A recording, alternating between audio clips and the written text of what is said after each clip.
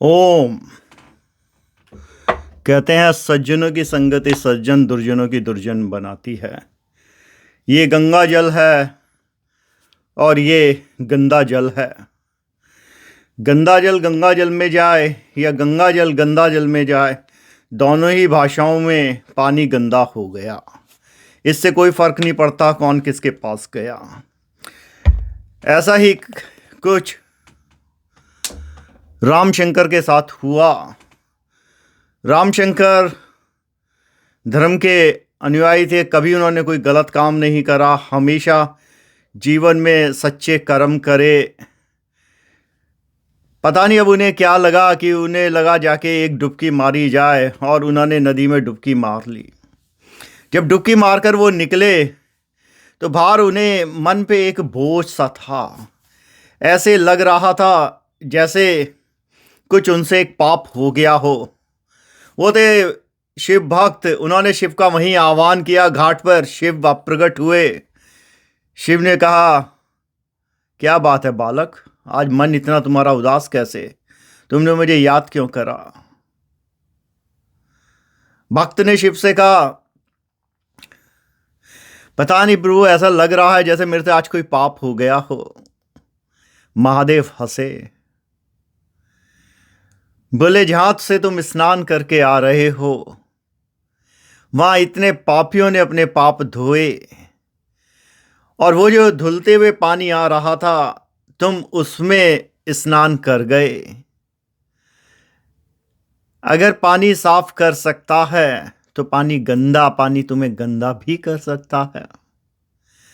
महादेव ने कहा, कपड़े धोने की बात को देखो, तुमने अपने कपड़े धो दिए, निचोड़ दिए, वो गंदा पानी बचता है।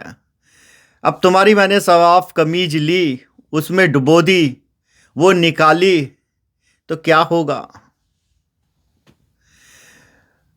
रामशंकर ने कहा, वो तो जो होगा, मेरी सफेद कमीज गंदी हो जाएगी।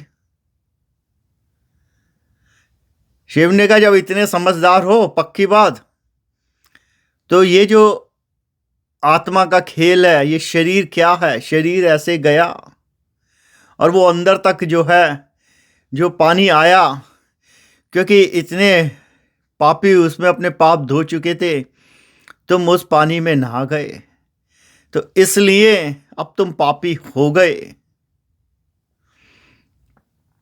रामशंकर बहुत विचलित हुए। बोले, प्रभु अब क्या करना होगा?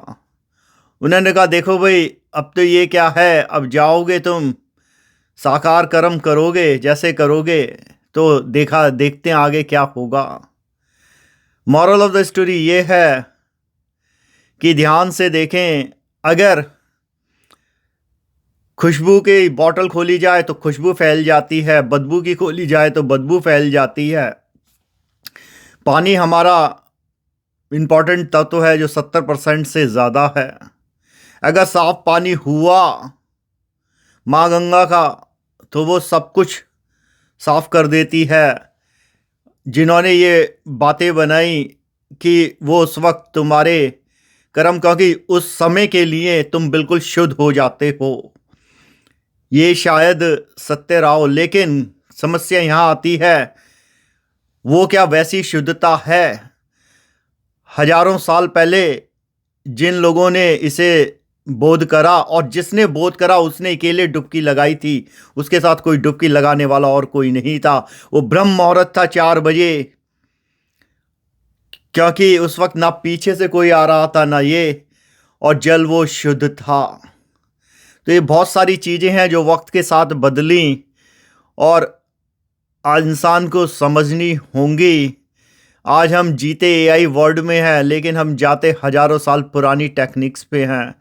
हम उस पे भूल जाते हैं जिस वक्त गंगा में इतना पानी पवित्र, अमृत भी उसके आगे फीका था। क्या आज वो अमृत है? ये यात्रा आपकी होगी। आपने क्या देखा? यहाँ सिर्फ केमिकल इंजीनियरिंग के पर्सपेक्टिव से साइंस और गंगा का विज्ञान जोड़ने की कोशिश है कि अपने आप से पूछें कि विद टाइम उसके अंदर क्या इम्प्योरिटीज़ आई, ये आप जानें। क्योंकि माँ गंगा तो बता नहीं सकती, वो तो बहती जा रही है। वो बोली, मेरा काम सिर्फ जो महादेव का आदेश है, पापियों के पाप धोना है। क्या आपके पाप धुलते हैं या आप पापी हो जाते हैं, ये आप जाने। ओम।